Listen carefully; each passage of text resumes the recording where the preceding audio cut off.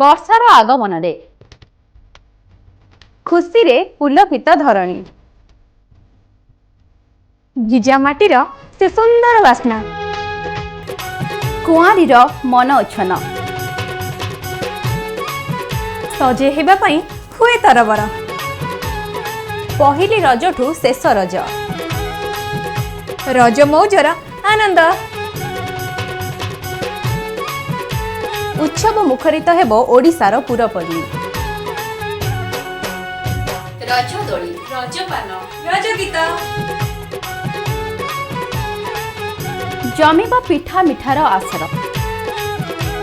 ହେଲେ କୋରୋନା କରୁଛି ଅସୁବିଧା,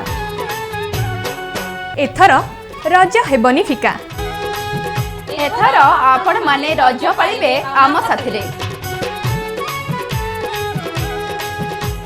ରଜ ପାଇଁ ଆମର ସ୍ୱତନ୍ତ୍ର କାର୍ଯ୍ୟକ୍ରମ।